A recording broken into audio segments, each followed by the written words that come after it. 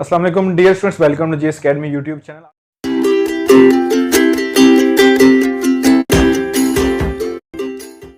आपके पास जो है यूनिट 4 के हम न्यूमेरिकल्स की सीरीज स्टार्ट करने जा रहे हैं, जो कि आपके पास टर्निंग इफेक्ट ऑफ फोर्सेस से रिलेटेड होंगी।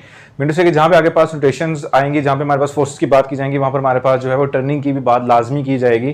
Turning effect of forces mean to say कि आपके पास जहाँ पर भी फोर्स अगर इंप्लीमेंट की जाती हैं तो वहाँ पर आपके पास किसी न किसी किस्म का चेंज हमें जो है वो नजर आता है, वो चाहे इन द फॉर्म ऑफ किसी ऑब्जेक्ट की मूवमेंट पे हो या किसी ऑब्जेक्ट की आपके पास in the form of circular motion पे क्यों ना हो। ठीक है, तो स्टार्ट करते हैं आपके इस चैप्टर के न्यूमेरिकल की series.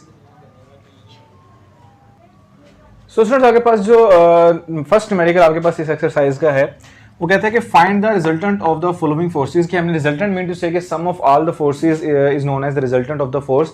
So you can say the multiple forces that have the same effect that will be with by the single force. के आपके पास सिंगल फोर्स जो होगी वो जितना इफेक्ट रखती होगी equal to the sum of all the forces, जो कि हमारे पास उसके मुकाबले में जितनी फोर्सेज लग रही होंगी, अगर उन सबको सम कर दिया जाए उसकी फोर्स और उसकी जगह पे अगर एक ही फोर्स लगा दी जाए तो हम इन फोर्स को बोलेंगे रिजल्टेंट ऑफ द फोर्स का नाम देंगे, जहाँ पे हम सारी की सारी फोर्सेज को सम अप करेंगे।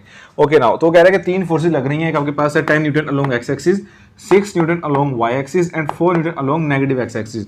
मीन टू से कि अगर आपके पास एक्स एक्सिस और वाई एक्सिस के अगर कंसेप्ट में लेकर आऊँ तो आपके पास यहाँ पर कुछ बात ऐसे कर रहा है कि आपके पास कुछ फोर्स है वो अपवर्ड लग रही है इन द वाई एक्सिस, कुछ फोर्स आपके पास इन द एक्स एक्सिस लग रही है, कुछ आपके पास in the negative x axis पे लग रही है। तो अगर नेगेटिव एक्स एक्सिस, अगर एक्स एक्सिस की बात की जाए, एक्स एक्सिस के लोंग हमारे पास जो है वो फोर्सेस कैलकुलेट की जाएंगी, तो एक्चुअली हम हमेशा जो है वो इन नेगेटिव जो एक्स एक्सिस साइड्स हों या आपके पास वाई एक्सिस वाली आपके पास जो है वो वेक्टर्स हों या साइड्स हों, उन सबको हम कंप्लीटली सम अप कर लेते हैं। ठीक है, अब यहाँ पर हमारे पास जो डेटा गिवन है फर्स्ट ऑफ ऑल वो कुछ इस तरह से है कि आपके पास जो first of all along x axis जो एफ एक्स है वो आपके पास एक तो 10 न्यूटन है, ठीक है, और दूसरी आपके पास जो एक और F x negative F x x axis की जो फोर्स है वो आपके पास कितनी है 4 न्यूटन की है, जिसको हम नेगेटिव 4 न्यूटन का नाम देंगे।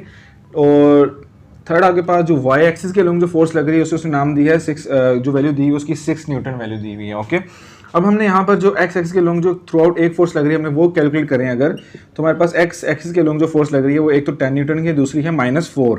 यानी कि अगर इन दोनों को प्लस किया जाएगा तो एक्चुअली ये क्या करेगा प्लस माइनस, तो एज ए रिजल्ट हमारे पास जो होगा ये 6 न्यूटन ही फोर्स बनेगी एक्स एक्सिस के अलोंग भी। हमने यहाँ से फाइंड आउट करना है रिजल्टेंट ऑफ ऑल फोर्सेस, यानी कि हम यहाँ से फाइंड आउट करने जा रहे हैं, हमने simple through out force find out करनी है। ठीक है, और इफ अगर यहाँ पे अगर डायरेक्शन की बात की जाएगी तो हमने यहाँ से डायरेक्शन भी उसकी कैलकुलेट करनी है। ठीक है, क्योंकि रिजल्टेंट के अंदर हमारे पास जो है वो उसके throughout sum of all the forces भी आपके पास काउंट होता है, उसके साथ साथ जो है उसकी डायरेक्शन भी हम यहाँ पे कैलकुलेट करेंगे। तो सिंपल फार्मूला है आपके पास यहाँ पर, अगर हमने रिजल्टेंट कैलकुलेट करना है तो हमारे पास एक्स एक्सिस की जो फोर्स होगी और जो वाई एक्सिस की फोर्स होगी, इन दोनों का स्क्वायर लेके इन दोनों को सम अप करेंगे और स्क्वायर रूट लेंगे तो आपके पास जो है वो रिजल्टेंट फोर्स हमारे पास कैलकुलेट हो जाती है। वो कुछ इस तरह से कि एक्स एक्सिस के लोग जो फोर्स लग रही है उनका स्क्वायर प्लस वाई एक्सिस के लोग जो फोर्स लग रही है उनका स्क्वायर, इन दोनों को सम करके स्क्वायर रूट लेंगे तो हमारे पास रिजल्टेंट फोर्स आएगी, यानी कि एक्स एक्सिस पे जो फोर्स लगी, वाई एक्सिस पे जो फोर्स लगी और टोटल कितनी फोर्स लगी वो हमने कैलकुलेट करना है। ठीक है, क्योंकि अब यहाँ पे आप कॉन्सेप्ट इस तरह से बिल्कुल सेम नहीं हो सकता कि हम एक्स एक्सिस और वाई एक्सिस की दोनों को फोर्सेस को सेम कर दें, ऐसा पॉसिबल नहीं है। बट हम यहाँ पे करते क्या है कि हमने ये वेक्टर्स क्वांटिटीज हैं, इनको वेक्टर के अकॉर्डिंग ही हम इनको जो है वो सोल्व करते हैं। तो यहाँ पर हमारे पास दोनों फोर्सेज जो है वो 6 न्यूटन कैलकुलेट हुई है, 6 न्यूटन एंड वाई एक्सिस भी आपके पास जो है वो 6 न्यूटन ही है।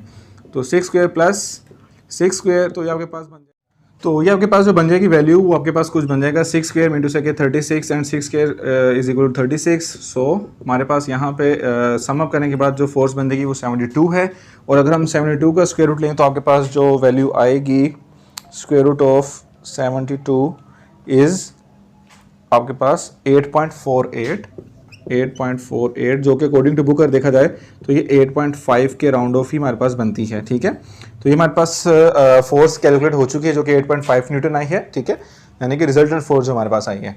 अब हमने जो है अगर इन दोनों के फोर्सेस के बीच में एंगल फाइंड आउट करना है तो वो एंगल फाइंड आउट करने के लिए हमारे पास फॉर्मूला यूज होता है tan इनवर्स ऑफ, आपने ऊपर रखना है y कंपोनेंट यानी कि, और नीचे आपने डिवाइड कर देना उसको x कंपोनेंट वाली फोर्स की वैल्यू से। ठीक है, यानी कि ऊपर आपके पास y कंपोनेंट की वैल्यू आएगी, नीचे आपके पास जो है वो x कंपोनेंट की वैल्यू आएगी, और उसका हम क्या ले लेंगे होल का tan इनवर्स।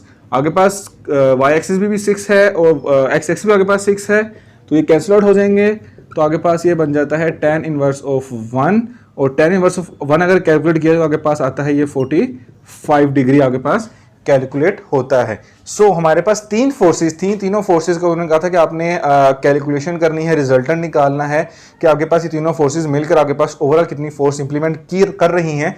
वो हमारे पास जो वो आई 8.5 न्यूटन की। और इन दोनों फोर्सेस जो कि डिफरेंट डायरेक्शन में थी, एक आपके पास एक्स एक्सिस थी और एक आपके पास वाई एक्सिस के लॉन्ग थी, तो इनकी प्रॉपरली एंगल क्या बन रहा है एक्स एक्सिस के साथ, तो वो हमने एंगल जो था वो फाइंड आउट करने के लिए हमने ये इस फॉर्मूले का यूज किया है। तो ये आपके पास था फर्स्ट न्यूमेरिकल। स्टार्ट करते हैं आपका सेकंड न्यूमेरिकल। सो स्टूडेंट्स आपके पास जो इस एक्सरसाइज का नेक्स्ट जो न्यूमेरिकल है आपके पास, वो आपके पास कुछ परपेंडिकुलर कंपोनेंट्स से रिलेटेड है। परपेंडिकुलर कंपोनेंट्स आपके पास एक्चुअली एक्स कंपोनेंट और वाई कंपोनेंट को कहा जाता है। ठीक है, आपके पास कोई भी फोर्स जो कि एक्चुअली में एक वेक्टर क्वांटिटी हो, उस वेक्टर क्वांटिटी को रिप्रेजेंट करने के लिए हमें जो है एक्स एक्सिस का और वाई एक्सिस का यूज करना पड़ता है। तो आपके पास यहाँ पे एक्स एक्सिस के लोंग और वाई एक्सिस के लोंग हम जो है उस फोर्स की डायरेक्शन को स्पेसिफिकली रिप्रेजेंट करते हैं। जैसे कि आपने इस चैप्टर में देखा भी होगा कि हम किसी भी वेक्टर क्वांटिटी को, चाहे वो फोर्स है कोई और क्वांटिटी है, उसको रिप्रेजेंट करने के लिए हम ग्राफ का यूज करते हैं।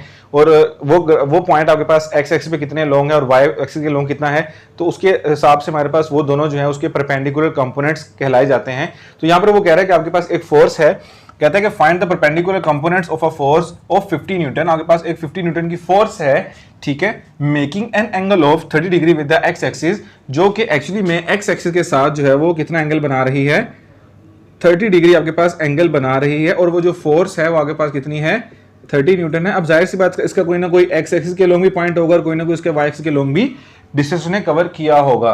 सो दैट्स व्हाई अब यहाँ पर कह रहा है कि फाइंड द परपेंडिकुलर कंपोनेंट्स, के उसने एफ एक्स जो है वो कितना है और एफ वाई आपके पास जो है वो कितना कंपोनेंट होगा, वो हमने फाइंड आउट करना है। तो सबसे पहले हम यहाँ से जो डेटा है वो हम अगर फिल्टर आउट करें तो हमारे पास यहाँ पे फर्स्ट ऑफ ऑल तो फोर्स गिवन है जो कि 50 न्यूटन फोर्स है। उसके अलावा वो कह रहा है कि जो एंगल आपके पास बन रहा है जिसको हम थीटा से रिप्रेजेंट करेंगे वो आपके पास है 30 डिग्री। अब हमने यहाँ से जो फाइंड आउट करना है वो हमने इसके परपेंडिकुलर कंपोनेंट्स फाइंड आउट करने हैं। मेन टू से के एफ एक्स कंपोनेंट और उसका वाई कंपोनेंट यानी कि एफ वाई कंपोनेंट। ओके, अब इसके लिए हमारे पास जो सिंपल रूल फॉलो किया जाता है वो सिंपल रूल आपके पास जो है वो या सिंपल फॉर्मूला जिसे हम कह सकते हैं वो हमारे पास ये है कि एक्स कंपोनेंट अगर हमने फोर्स का फाइंड आउट करना हो तो वो इक्वल होता है हमारा फोर्स का component multiply by cos theta. Cos आपके पास जो है वो एक ट्रिग्नोमेट्रिक फंक्शन है जो कि बेसिकली ट्राइंगल्स को सोल्व करने के लिए एक यूज किया जाता है ये फंक्शन। ठीक है, तो यहाँ पर हम जो है एफ एक्स कंपोनेंट अगर हमने फाइंड आउट करना है तो फोर्स की वैल्यू पुट करेंगे जो कि 50 है, मल्टीप्लाई बाय कोस 30 हम यहाँ पर पुट करेंगे। ठीक है, तो थीटा की जगह मैंने क्या लिख दिया 30। कोस जो है वो हमारे पास एक ट्रिग्नोमेट्रिक फंक्शन है। अब अगर हम कोस 30 की बात करें, कोस 30 लिखें तो हमारे पास जो वैल्यू आती है वो है 0.866, यानी कि 50 मल्टीप्लाई बाय 0.866 है। अगर इन दोनों को आपस में मल्टीप्लाई करें तो हमारे पास जो एक्स कंपोनेंट आएगा वो आपके पास बनता है 43.3 न्यूटन। ये हमारे पास वो फोर्स होगी जो कि एक्स एक्सिस के लोंग हमारे पास कवर होनी है। नाउ अगर हम बात करें वाई कंपोनेंट के लिए तो एफ वाई कंपोनेंट आपके पास जो है वो आपके पास फोर्स, लेकिन यहाँ पे ट्रिग्नोमेट्रिक फंक्शन चेंज हो जाएगा जो कि साइन थीटा होगा। ठीक है, नाउ हम सिंपल इसमें वैल्यू सब्स्टिट्यूट करेंगे। फोर्स आपके पास है 50 मल्टीप्लाई बाय, यहाँ पर ट्रिग्नोमेट्रिक जो फंक्शन है वो साइन होगा लेकिन एंगल हमारे पास 30 ही रहेगा। सो एज ए रिजल्ट आपके पास यहाँ पे 50 मल्टीप्लाई बाय साइन 30 हमारे पास होता है 0.5। सो आपके पास एफ वाई कंपोनेंट जो यहाँ से बनेगा वो आएगा आपके पास 25 न्यूटन। सो अब यहाँ पर हमारे पास वाई कंपोनेंट हमने कैलकुलेट कर लिया, जबकि हमने एक्स कंपोनेंट को भी हमने कैलकुलेट कर लिया है। सेकेंडली हमने जो यहाँ से वैल्यू फाइंड आउट करनी है वो आपके पास जो है वो एंगल वाला फैक्टर है। सो एंगल हमने लास्ट न्यूमेरिकल के अंदर भी हमने बात की थी, ये फाइंड आउट करने के लिए हम tan inverse of y component को डिवाइड कर देते हैं उसके एक्स कंपोनेंट पर जो हमने एक्चुअली में फाइंड आउट किया होगा अभी। ओके, देन आपके पास ये आ जाएगा tan inverse of y component हमारे पास जो है वो 25 आया, जबकि एफ एक्स कंपोनेंट हमारे पास जो है वो आया 43.3। सो अगर हम यहाँ से इन दोनों को डिवाइड करते हैं तो theta is equal to tan inverse of हमारे पास क्या बनेगा 25 डिवाइडेड बाय 43.3, तो ये हमारे पास बनता है 0.5773। सो tan इनवर्स ऑफ 0.5773 है। उसके अलावा हमने यहाँ से अगर बात करें इसके tan इनवर्स अगर इसका लेते हैं तो हमारे पास ये बनता है 30। सो 30 डिग्री जो है वो एक्चुअली यहाँ से कंफर्म हो चुका कि आपने जो है वो जितना एंगल यूज किया था वो हमारे पास 30 डिग्री ही है। एक्स कंपोनेंट, वाई कंपोनेंट, उसके साथ मैंने आपको बताया कि अगर हमने एंगल फाइंड आउट करना हो तो हम एंगल किस तरह से आपके पास यहाँ पर फाइंड आउट कर सकते हैं। और आपको आइडिया हो चुका होगा कि ये दोनों forces x component y component के बीच में अगर एंगल पहले 30 था तो वो भी हमने वेरीफाई कर लिया कि वाकई ही अगर एक्स कंपोनेंट को वाई कंपोनेंट को एक्स कंपोनेंट में डिवाइड करें, उसका tan इनवर्स अगर लें तो हमारे पास जो है वो एंगल 30 डिग्री ही आएगा, जो कि एक्चुअली हमारे पास फोर्स का एंगल जो बन रहा था। ये हमारे पास सेकंड न्यूमेरिकल। स्टार्ट करते हैं आपका नेक्स्ट न्यूमेरिकल। सो स्टूडेंट्स आगे पास जो नेक्स्ट न्यूमेरिकल है वो कह रहा है कि find the magnitude and direction of a force. हमने फोर्स की मैग्नीट्यूड फाइंड आउट करनी है यानी कि रिजल्टेंट फोर्स फाइंड आउट करनी है, एंड डायरेक्शन यानी कि एंगल थीटा हमने फाइंड आउट करना है। इफ इट्स एक्स कंपोनेंट हमारे पास अगर गिवन है 12 न्यूटन एंड वाई कंपोनेंट अगर हमारे पास गिवन है 5 न्यूटन, तो सिंपल वही फॉर्मूला हम यूज करेंगे जो कि हमने पहले भी प्रीवियसली यूज किया है। सो हमारे पास यहाँ पे वाई कंपोनेंट जो है यानी कि फोर्स का पहले हमारे पास एक्स कंपोनेंट गिवन है जो कि आपके पास है 12 न्यूटन का, और वाई कंपोनेंट गिवन है जो कि आपके पास है 5 न्यूटन का। सो नाउ अब इसके अलावा हमने यहाँ से फाइंड आउट करनी है उसकी मैग्नीट्यूड फोर्सेस की, यानी कि रिजल्टेंट फोर्स हमने यहाँ से फाइंड आउट करनी है, यानी कि फोर्स रिजल्टेंट। उसके अलावा डायरेक्शन मीन टू से कि यहाँ पर है एंगल हमने यहाँ से फाइंड आउट करना है। सो हमारे पास यहाँ पर सबसे पहले तो अगर रिजल्टेंट फोर्स की बात की जाए तो मैंने आपको बताया कि रिजल्टेंट फोर्स फाइंड आउट करने के लिए हमारे पास जो है वो एक्स कंपोनेंट का स्क्वायर प्लस उसी वेक्टर के वाई कंपोनेंट का स्क्वायर लिया जाता है, चाहे वो फोर्स हो या कोई और कंपोनेंट क्यों ना हो। तो अगर इन दोनों के स्क्वायर लेकर अगर इन दोनों को सम कर दिया जाए तो आपके पास जो है उसका स्क्वायर लिया जाए तो हमारे पास रिजल्टेंट फोर्स आ जाती है, जो कि एक्चुअली वो यहाँ पे हमसे पूछ रहा है, डिमांड कर रहा है। सो नाउ एक्स कंपोनेंट जो है हमारे पास 12 न्यूटन है, तो हम यहाँ पे लिखेंगे 12 का स्क्वायर, जबकि वाई कंपोनेंट हमारे पास जो है वो कितना है 5 न्यूटन। ओके, सो 12 का स्क्वायर आपके पास होता है 144, जबकि 5 का स्क्वायर आपके पास बनता है एग्जैक्टली 25। सो अगर इनको सम अप करें हमारे पास बनता है 169। ओके नाउ अब 169 का अगर हम स्क्वायर रूट लें तो हमारे पास फोर्स जो बनती है वो बनती है 13 न्यूटन, यानी कि रिजल्टेंट फोर्स जो है यानी कि ओवरऑल एक्स कंपोनेंट और वाई कंपोनेंट मिलाकर हमारे पास अगर टोटल फोर्स को कैलकुलेट किया जाए तो वो हमारे पास एक्चुअली 13 न्यूटन बन रही है। लेकिन अगर अब हम यहाँ पे फर्दर वो कह रहे हैं कि अगर एंगल फाइंड आउट करना है तो एंगल फाइंड आउट करने के लिए अगेन हम वही फॉर्मूला यूज करेंगे, tan inverse of y component को डिवाइड कर देंगे अगेन हम उसके एक्स कंपोनेंट पर। सो सिंपल हम क्या करेंगे, अब यहाँ पर वैल्यू सब्स्टिट्यूट कर लें, जो कि y कंपोनेंट हमारे पास जो है वो कितना गिवन है 5 और x हमारे पास 12 है। ये आ गया आपके पास 5 आ गया y कंपोनेंट और ये आपके पास 12 आ गया उसका x कंपोनेंट। सो अगर हम इसको डिवाइड करें 5 डिवाइड बाई 12 आपके पास आता है 0.4166, और अगर इसी का tan इनवर्स लिया जाए तो हमारे पास ये बनता है 22.6। सो एंगल हमारे पास आ गया 22.6 डिग्री।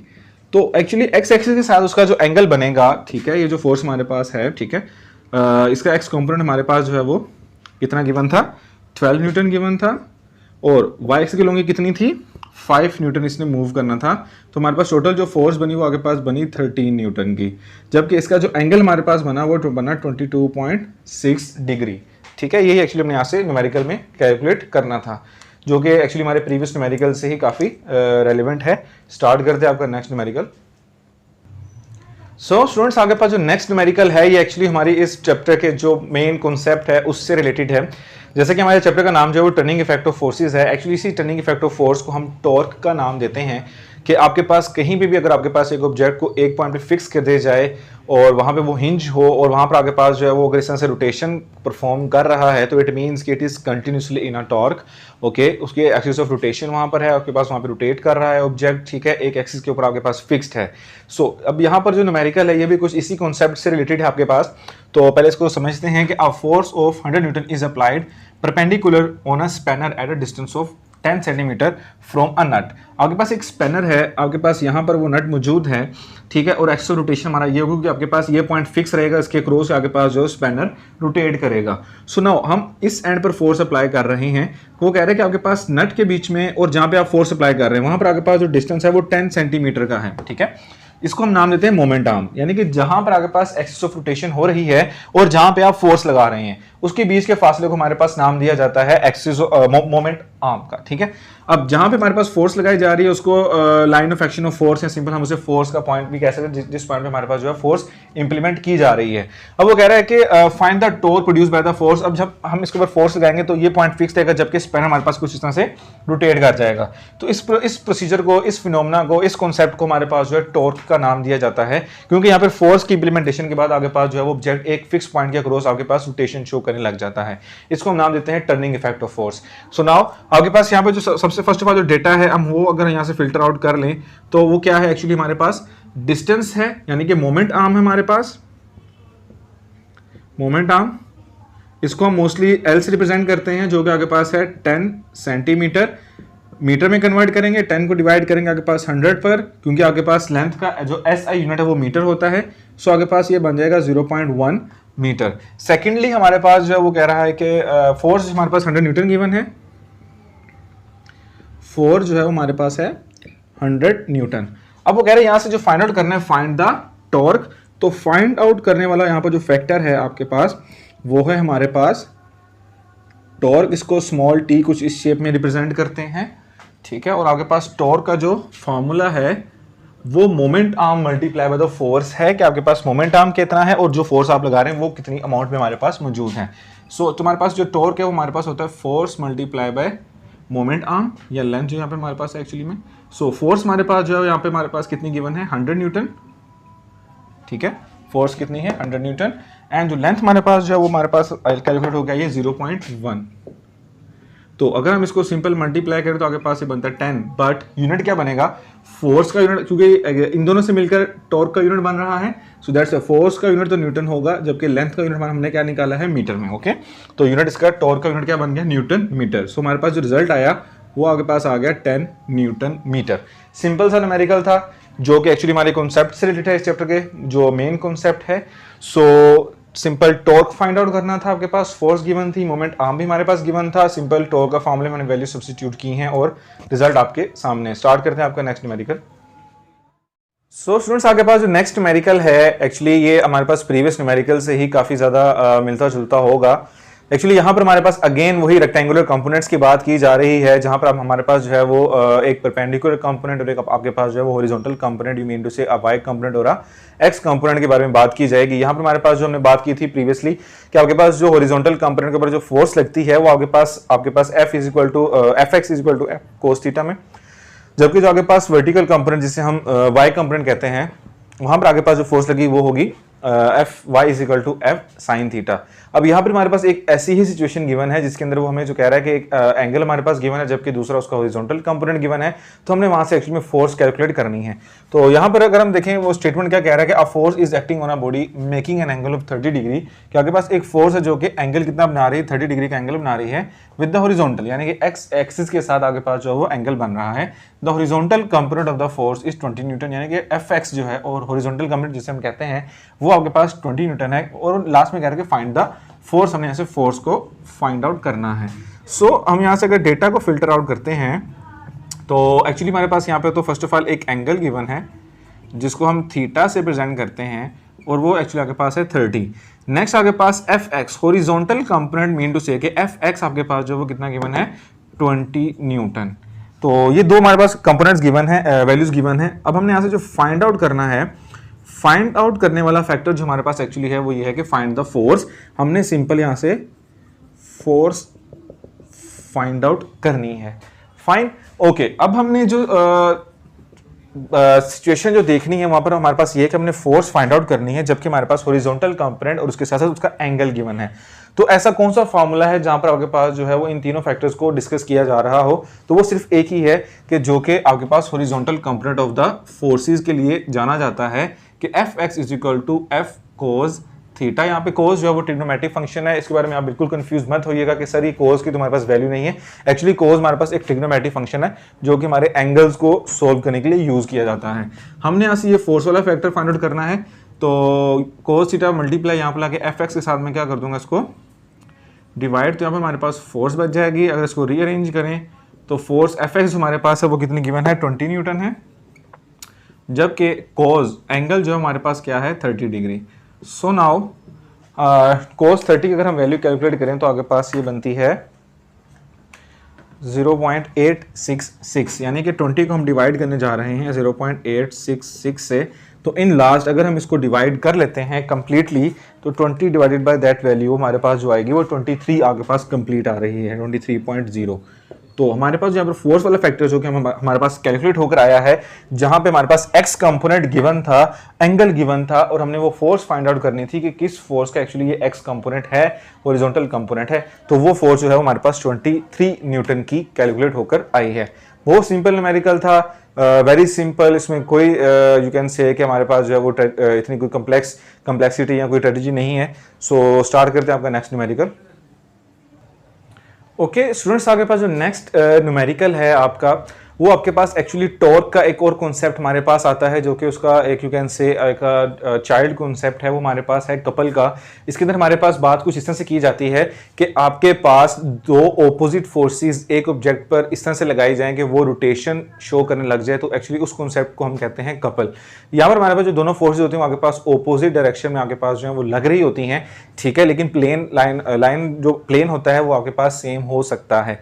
अब यहाँ पे हमारे पास जो सिचुएशन है वो कह रहे हैं कि एक स्टीयरिंग व्हील है आपके पास, ठीक है, उस स्टीयरिंग व्हील के ऊपर एक line of action of force है कि आपके पास यहाँ पर एक फोर्स लग रही है अपवर्ड, जबकि दूसरी हमारे पास डाउनवर्ड लगती है। सेम यही सिचुएशन हमारे पास होती है स्टीयरिंग व्हील के लिए, ठीक है। एक जितनी फोर्स हम एक साइड से अपवर्ड लगाएंगे उतनी फोर्स हम दूसरी साइड से डाउनवर्ड लगाते हैं, ठीक है। तो यहाँ पर वो कह रहा है कि बताएं कि ये फोर्सेज आगे पास जो है वो कितनी होगी, एज ए रिजल्ट हमारे पास कितनी फोर्स प्रोड्यूस होगी, वो जो कपल होगा वो कितना होगा अगर इसके ऊपर जो हमारे पास जो दोनों साइड्स पर जो फोर्स लग रही है वो 50 न्यूटन की अगर हमारे पास लग रही हो। तो एज ए रिजल्ट हमारे पास यहाँ पे यू कैन से कि find the force produce by the couple of 50 Newton, कि एज ए रिजल्ट दोनों फोर्सेस लगाने के रिजल्ट में हमारे पास ओवरऑल सम ऑफ फोर्स कितनी प्रोड्यूस होगी अगर इसका हमारे पास जो रेडियस है वो कितना है 16 सेंटीमीटर का हो। तो एज ए रिजल्ट कपल लगेगा 50 न्यूटन का, तो एज ए रिजल्ट हमारे पास जो है वो कितनी फोर्स प्रोड्यूस होगी एज ए रिजल्ट इन दोनों फोर्सेस के इंप्लीमेंटेशन के बाद, इस पूरे कपल के बाद। तो कहता है कि steering of a car has a radius of 16 centimetre, कि कार का स्टीयरिंग इसका रेडियस होता है सेंटर से लेकर उसकी बाउंड्री तक का डिस्टेंस, ये हमारे पास 16 सेंटीमीटर गिवन है। Find the force produce by the couple of 50 Newton. Actually इसके ऊपर जो कपल प्रोड्यूस हो रहा है जो कि 50 न्यूटन का लग रहा है, वो एक्चुअली हमने यहाँ से फाइंड आउट करना है कि एज ए रिजल्ट कपल की इंप्लीमेंटेशन के बाद ओवरऑल हमारे पास जो है फोर्स कितनी प्रोड्यूस होगी, कितनी फोर्स हमारे पास यहाँ पर लगेगी। तो यहाँ से डेटा फिल्टर आउट करें तो हमारे पास सबसे पहले तो उसका रेडियस गिवन है, रेडियस को हम 16 सेंटीमीटर में गिवन है, तो हम इसको मीटर में कन्वर्ट करने के लिए 100 से डिवाइड करेंगे, जो कि हमें वैल्यू क्या दे देगा 0.16 मीटर्स। नाउ हमारे पास यहाँ पे सेकंड कपल गिवन है। कपल एक्चुअली हमारे पास a type of you can say के फोर्स ही होती है, लेकिन हमारे पास 50 न्यूटन यहाँ पर हमारे पास गिवन है, और एज ए रिजल्ट हमारे पास जो फाइंड हमने करनी है वो एज ए रिजल्टेंट फोर्स हमने यहाँ से फाइंड आउट करनी है। सो नाउ एक्चुअली यहाँ पर अगर देखा जाए एक फोर्स 50 न्यूटन की यहाँ पे अपवर्ड लग रही है, दूसरी फोर्स वही फोर्स डाउनवर्ड लगेगी, क्योंकि एज ए रिजल्ट हमारे पास जो दोनों साइड पर कपल क्रिएट होगा, लेकिन एक का रेडियस 16 है जबकि दूसरा का यहाँ पे सिमिलरली कितना है 16 ही है। तो अगर टॉर्क की डेफिनेशन देखा जाए तो टॉर्क की डेफिनेशन के अंदर हमारे पास ये था कि moment arm multiply by force, या मोमेंट आर्म को हमने एल से डिनोट किया था। तो यहाँ पर हमारे पास मोमेंट आर्म दो हैं, एक मोमेंट आर्म हमारे पास 16 का होगा, दूसरा भी हमारे पास 16 का होगा। सो दैट्स वाई फोर्स तो दोनों सूत्रों में सेम है 50 न्यूटन, लेकिन एक्चुअली आपके पास इनका line of action of force different है, ठीक है। सो दैट्स हमारे पास यहाँ पर जो फोर्स जो कैलकुलेट हम करेंगे, या जो यू कैन से जो एज ए फोर्स कैलकुलेट होगी वो आपके पास होगी कुछ इस तरह से कि हम जो लेंथ है मोमेंट ऑफ आर्म उसको डबल टाइम कर देंगे, और जो सेकंड हमारे पास फोर्स है वो हम सिंपल एज इज ही इम्प्लीमेंट कर देंगे। सो नाउ हम यहाँ से जो फोर्स हमने फाइंड आउट करनी है वो 2 times of length you can से moment arm multiply with that force, यानी वो कपल जो कि हमारे पास गिवन है। सो नाउ इसको हम एफ डैश रिप्रेजेंट कर लें बेशक, ठीक है, ताकि थोड़ा सा डिफरेंस रहे इसमें। नेक्स्ट 2 मल्टीप्लाई बाय लेंथ हमारे पास 0.16 है, और फोर्स हमारे पास कितनी है 50 न्यूटन, जो कि एज ए कपल वहाँ पर प्रोड्यूस हो रहा है, जो कपल लग रहा है, ठीक है। नेक्स्ट सिंपल को सिंपलीफाई करेंगे तो 2 को 50 से मल्टीप्लाई करो तो आपके पास बनता है 100 मल्टीप्लाई बाय 0.16, और एज ए रिजल्ट अगर इनको मल्टीप्लाई करें अगेन हमारे पास 16 न्यूटन ही बन जाता है। तो इट मीन्स कि हमारे पास अगर एक स्टीयरिंग व्हील जिसका रेडियस 16 सेंटीमीटर है, ठीक है, अगर उसके ऊपर कपल क्रिएट किया जा रहा है due to 50 newton, so as result जो ओवरऑल फोर्स है हमारे पास 16 न्यूटन की ही यहाँ पर प्रोड्यूस होगी एज ए टोटल आपके पास। तो ये सिंपल न्यूमेरिकल था। स्टार्ट करते हैं आपका नेक्स्ट न्यूमेरिकल।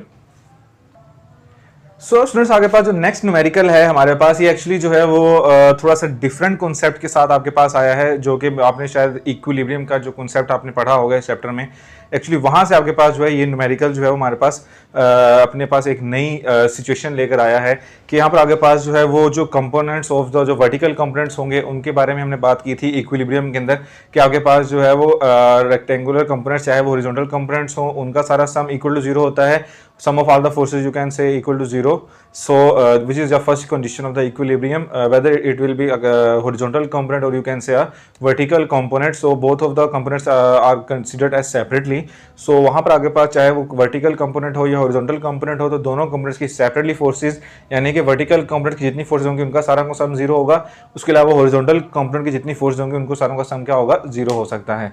तो यहाँ पर हमारे पास वो सिचुएशन क्या है कुछ के a picture frame is hanging by two vertical strings, कि आगे पास एक पिक्चर फ्रेम है, ठीक है, वो आगे पास दो वर्टिकल स्ट्रिंग्स के साथ क्या किया गया है, हैंग किया गया है, ठीक है, ओके। और उसके बाद वो कह रहा है कि strings are 3.8 newton and 4.4 newton, उनके जो टेंशंस हैं वो हमारे पास गिवन है। अब जाहिर सी बात है इनकी डायरेक्शन अपवर्ड है क्योंकि इन्होंने हैंग करके रखा हुआ है इसको। So find the weight of the picture frame, और हमने इस पिक्चर का फ्रेम फाइंड आउट करना है, weight of the picture frame में फाइंड आउट करना जो कि एक्चुअली डाउनवर्ड एक्ट कर रहा होगा। अब हमारे पास नजर आ रहा है कि आपके पास वर्टिकल आपके पास जो फोर्सेस हैं वो एक्ट हो रही हैं, टेंशंस भी एक्चुअली आपके पास फोर्सेस ही होती हैं कि आपके पास किसी भी रस्सी में या किसी भी जगह पर आपके पास कितनी स्टिफनेस है एक्चुअली वो हमारे पास in the term of force ही कैलकुलेट की जाती है। तो यहाँ पे इन दोनों की डायरेक्शन अपवर्ड है जबकि इसकी डायरेक्शन डाउनवर्ड है, लेकिन है ये सारे के सारे वर्टिकल कंपोनेंट्स ही हैं, तो इट मीन्स कि इन सब का सम हमारे पास जो वो इक्वल टू 0 होना चाहिए। सो सबसे पहले तो हम यहाँ से जो हमारे पास डेटा गिवन है पहले हम वो सॉर्ट आउट करते हैं आपके पास कि हमारे पास टेंशन एक तो T1 गिवन है जो कि 3.8 न्यूटन की है, जबकि टेंशन 2 दूसरी जो कि हमारे पास 4.4 न्यूटन की है। हमने यहाँ से जो फाइंड आउट करना है, हमने फाइंड आउट करनी है यहाँ से find the weight of the picture of the frame. हमने यहाँ से जो फाइंड आउट करने जा रहे हैं वो हमारे पास क्या है, उसका वेट है कि इन स्ट्रिंग्स के अंदर मौजूद टेंशंस की बेस पर हमारे पास हम इसका जो है वो वेट फाइंड आउट करेंगे according to first condition of equilibrium, जिसके अंदर हमारे पास जो है वो रेक्टेंगुलर कंपोनेंट्स हो तो उनका सारों का sum of all the forces equal to 0 होता है on first condition of equilibrium.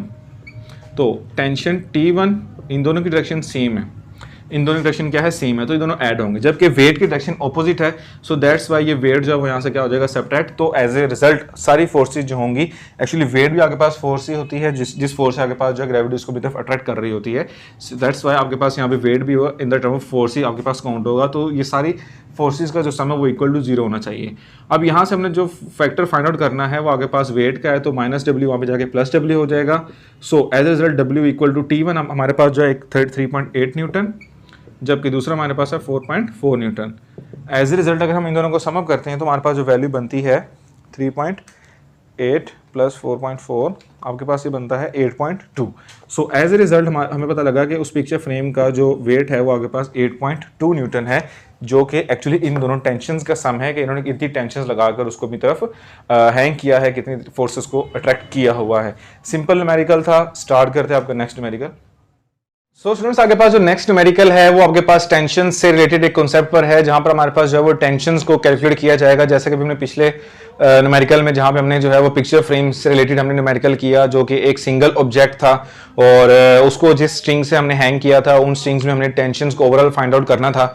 और एक्चुअली हमने बात ये भी की थी कि जो टेंशन होती है वो इक्वल होती है कि आपके पास उस ऑब्जेक्ट का वेट आपके पास कितना है, जितना आपके पास वेट होता है उतना ही एक्चुअली उनके स्ट्रिंग्स में जो है वो टेंशंस होती हैं। अब ये न्यूमेरिकल भी एक्चुअली उसी कॉन्सेप्ट से रिलेटेड है। वो कह रहा है कि 2 blocks of masses 5 kg and 3 kg are suspended by the 2 strings as shown। आपको फिगर में नजर आ रहा होगा कि आपके पास 2 मैसेज हैं, एक 5 kg का अपर है जबकि 3 kg का लोअर आपके पास मैस है। दोनों को स्ट्रिंग के साथ साइमल्टेनियसली जुड़ा हुआ है, यानी कि बड़ा ब्लॉक जो है वो एक स्ट्रिंग के साथ जुड़ा है जबकि दूसरा ब्लॉक पहले ब्लॉक के साथ जुड़ा हुआ है। ठीक है, तो इट मीन्स कि ओवरऑल हमारे पास टेंशन यहाँ पे T1 पर आ रही है और T2 पे टेंशन सिर्फ हमारे पास ब्लॉक 2 की है, 3 kg की है, जबकि T1 पे जो हमारे पास टेंशन आ रही है 5 kg की भी है और 3 kg की भी टेंशन यहाँ पर आ रही है। तो find the tension in each string, हमने दोनों टेंशन स्ट्रिंग्स में जो है वो टेंशन फाइंड आउट करनी है। तो फर्स्ट ऑफ ऑल हमारे पास यहाँ पर जो मैसेज गिवन है हम वो निकाल लेते हैं कि आपके पास मैस M1 जो एक है वो आपके पास 5 kg का है, जबकि हमारे पास मैस जो M2 है ये हमारे पास क्या है 3 kg का है। हमने यहाँ से जो फाइंड आउट करना है, फाइंड आउट करने वाला फैक्टर जो है हमारे पास टेंशन T1 है और दूसरी हमारे पास टेंशन क्या है T2, हमने एक्चुअली यहाँ से फाइंड आउट करनी है।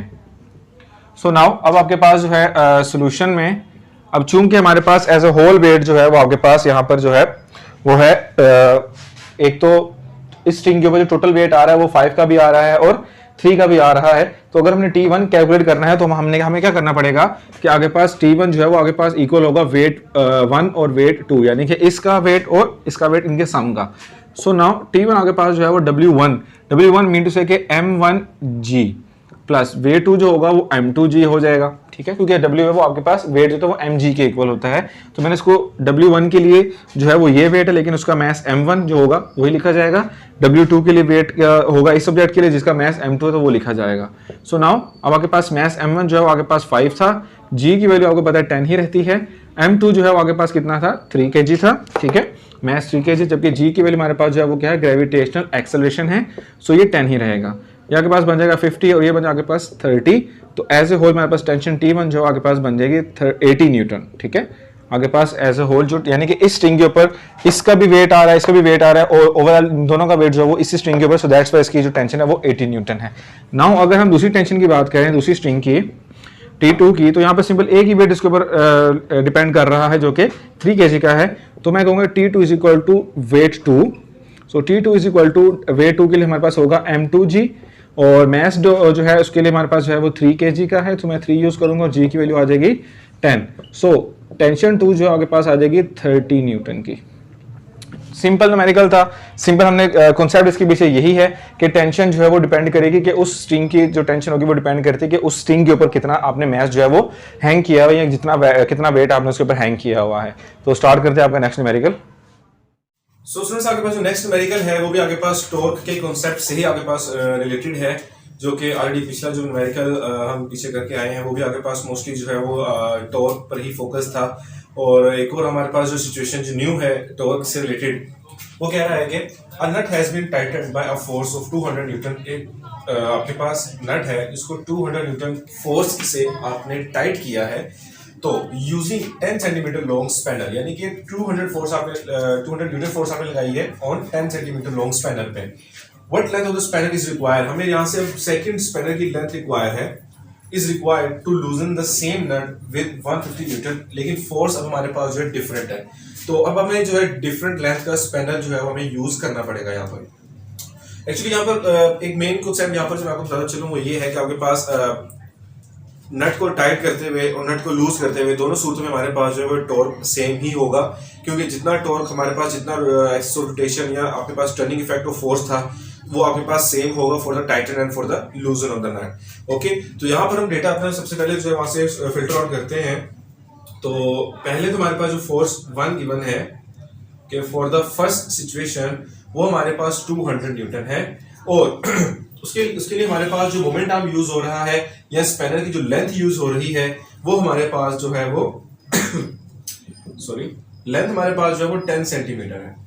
सो सेंटीमीटर को मीटर में कन्वर्ट करने के लिए ऑफ कोर्स हम इसको 100 से डिवाइड कर लेंगे, जो कि हमारे पास 0.1 मीटर आता है। सेकंड वो कह रहा है कि अब आपने फोर्स जो लगानी है F2 जो है वो आपके पास फोर्स जो है वो आपने 150 न्यूटन लगानी है, ठीक है। और इस 150 न्यूटन की फोर्स की मदद से अब वो कहता है बताएं कि अब मुझे जो स्पैनर यूज करना पड़ेगा उसकी लेंथ, जिसको मैं L2 से डिनोट कर देता हूँ, डिनोट कर देते हैं इसको, ठीक है। सो आपके पास यहाँ पर उसको मैं L2 से डिनोट कर दिया, और हमने वहां से जो है स्पैनर की लेंथ जो फोर्स है वो डिफरेंट हो चुकी है। तो अब यहाँ पर होगा क्या कि दोनों सूरतों में हमारे पास क्योंकि एक तरफ आपके पास क्लॉकवाइज टॉर्क है, दूसरा आपके पास एंटी क्लॉकवाइज टॉर्क, क्योंकि आप टाइट करते हैं आपकी डायरेक्शन और आपके पास नेट को लूज करते हुए जो आपकी डायरेक्शन होती है दोनों जो है आपके पास ऑपोजिट होती है। सो दैट्स आपके पास जो क्लॉकवाइज टॉर्क होगा, जो एंटी क्लॉकवाइज टॉर्क होगा, वो दोनों क्या होंगे, सेम होंगे, ठीक है। तो clockwise and anti clockwise torque, दोनों क्या होंगे, सेम होंगे। क्लॉकवाइज टॉर्क के लिए जब अगर जो नट है वो टाइट किया जा रहा था उस वक्त फोर्स आपके पास F1 थी और लेंथ जो उसका स्पैन है वो भी आपके पास L1 है, जबकि जब आपको फोर्स जिस फोर्स से उसको लूज किया जा रहा था, ठीक है, वो आपके पास F2 हो गया, उसके लिए जो स्पैनर यूज हो रहा था जिसकी लेंथ जो है उसको हमने L2 से रिप्रेजेंट किया। अब यहाँ से हमने L2 वाला फैक्टर फाइंड आउट करना है, तो F1 into L1 divided by F2 वाला फैक्टर में मल्टीप्लाई यहाँ पर मैंने डिवाइड कर दिया। सो इन लास्ट में L2 इक्वल टू कह सकता हूँ कि F1 जो कि हमारे पास फोर्स है वो 200 न्यूटन है। सो 200 न्यूटन मल्टीप्लाई बाय उसके लिए हमारे पास लेंथ यूज हो रही है वो 0.1 मीटर की है, डिवाइडेड बाय जो सेकंड फोर्स जिससे हम उसको लूज कर रहे हैं वो हमारे पास 150 न्यूटन है। ओके, अगर हम इसको कंप्लीटली सॉर्ट आउट करते हैं, कैलकुलेशन इसको परफॉर्म की जाए कि 200 multiply by 0.1 and then divided by 150, तो आपके पास ये राउंड अबाउट जो वैल्यू आती है वो 0.1333 मीटर बनेगी, 0.1333 मीटर। बट अगर आपकी बुक में देखा जाए उसे सेंटीमीटर में कैलकुलेशन दी हुई है, तो अगर आपको सेंटीमीटर में कैलकुलेशन करनी है तो हमें पता है कि आपके पास 1 मीटर में 100 सेंटीमीटर होते हैं। सो हम क्या करेंगे, हम 0.1333 को मल्टीप्लाई कर देंगे 100 से ताकि हम इसको सेंटीमीटर में कन्वर्ट कर लें, जो कि आपके पास 13.33 सेंटीमीटर में आएगा अकॉर्डिंग टू योर बुक्स। ठीक है, अब यहाँ पर एक्चुअली जो मेन कॉन्सेप्ट इस न्यूमेरिकल का वो यही था कि आपके पास क्लॉकवाइज टॉर्क और एंटी क्लॉकवाइज टॉर्क दोनों सेम रहने वाले हैं। सो दैट्स दोनों के टॉर्क्स को मैंने यहाँ पे कंपेयर किया और यहाँ से हमने जो है वो second length of the span हमने फाइंड आउट की है। स्टार्ट करते हैं अपना नेक्स्ट न्यूमेरिकल।